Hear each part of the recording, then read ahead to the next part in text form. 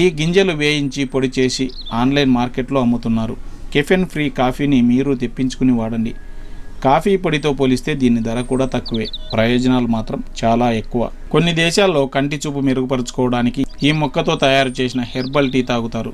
ఆకులు, విత్తనాలు, పువ్వులు, వీలైతే ఈ మొక్క అన్ని భాగాలతో ఈ హెర్బల్ టీ తయారు చేసుకోవచ్చు.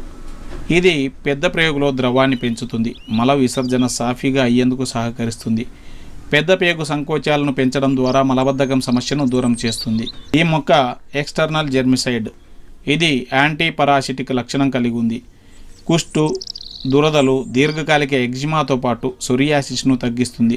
దీనితో పాటు తామర తంపరలుగా పుట్టుకొచ్చి ఇబ్బంది పెట్టే తామర వ్యాధిని కూడా నిర్మూలించడానికి ఈ మొక్కతో చేసుకోదగిన గృహ చికిత్సలేంటో చూద్దాం రండి.